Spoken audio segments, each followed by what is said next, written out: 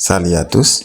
Dans la vidéo d'aujourd'hui, on va apprendre comment former les phrases en anglais, notamment les phrases affirmatives. Pour former les phrases affirmatives en anglais, c'est très simple. On a juste besoin d'un sujet, d'un verbe et d'un complément.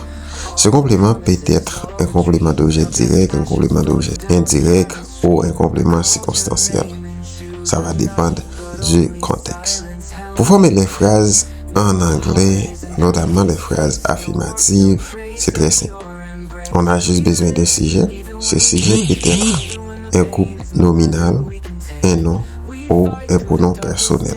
Les pronoms personnels en anglais, de même qu'en français, chaque pronom personnel en français a son équivalence en anglais.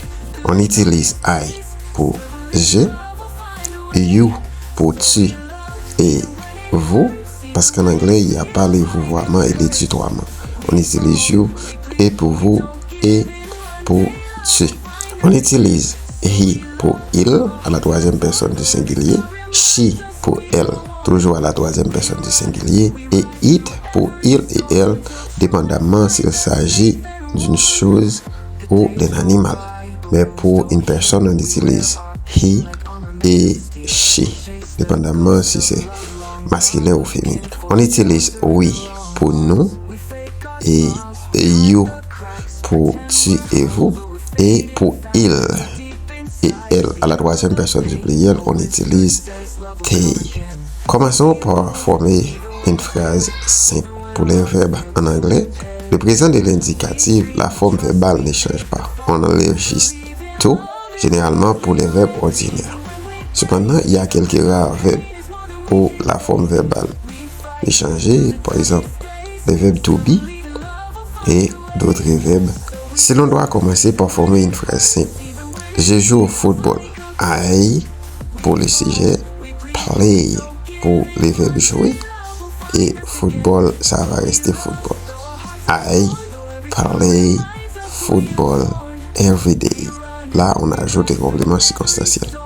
Ça va dépendre du sens de la phrase et de ce que vous voulez dire. Un autre exemple. Je mange du pain. I eat bread. I pour le sujet, eat pour le verbe to eat, qui est l'équivalent du verbe manger en français, et bread pour pain. I eat bread. I eat bread. Donc vous voyez, c'est simple. Une combinaison d'un ensemble de phrases simples peut aider à former des phrases longues. Cependant, la même règle en français qui dit qu'à des verbes s'essuyer, le second se mettre à l'infinitif, cette même règle-là existe en anglais. L'infinitif des verbes en anglais se fait en mettant to avant les verbes. Par exemple, eat, qui a le verbe manger, on ajoute to eat. Par exemple, je dois manger. I have to eat. Donc, have to pour les verbes devoir ou I must. Cependant, must ne prend pas tout, ni avant, ni après les verbes. Vous voyez comment c'était simple de former les phrases affirmatives, n'est-ce pas? Eh bien, dans les prochaines vidéos, on va apprendre comment former les phrases interrogatives, comment former les phrases négatives et autres types de phrases.